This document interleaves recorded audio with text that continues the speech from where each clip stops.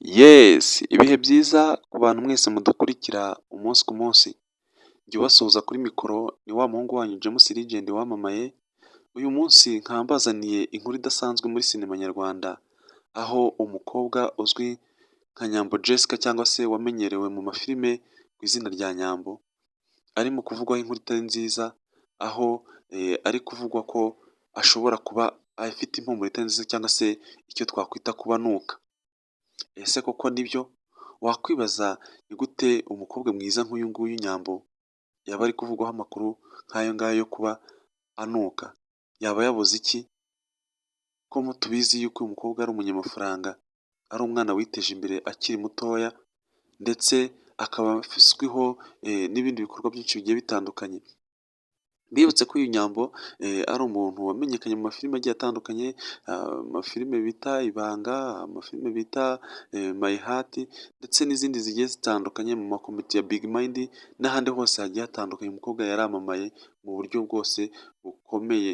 Ngira ngo mwigeze no kumva bamuvuga ko ari umukobwa ukundana na Titi Brown, Titi Brown uriya musore w'umubyinnyi ukomeye cyane hano mu Rwanda, ariko uyu mukobwa umuntu arihandagaza aramuharabika aravuga ko anuka.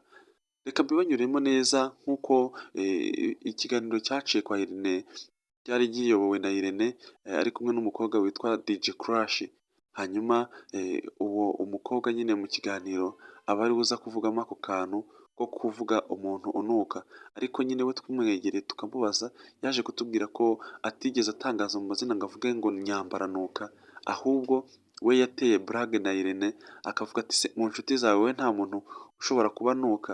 Hanyuma rero ibyo ngibyo akaba aribyo bituma abantu baza kuza bakavuga bati uyu DJ Crash ashobora kuba yaravuze ngo Nyambo uyu nguyu aranuka, ariko we atwihera umucyo aratubwira ati ntago rwose nigeze ntobora mu magambo mvuge ngo Nyambo uyu nguyu aranuka, kuko icyo ngicyo ntago nagitinyuka, ahubwo niteraga burage na Miss Irene, hanyuma tuza kuvuga ko hari abantu baba bafite impumuro itari nziza cyangwa se bashobora kuba banuka.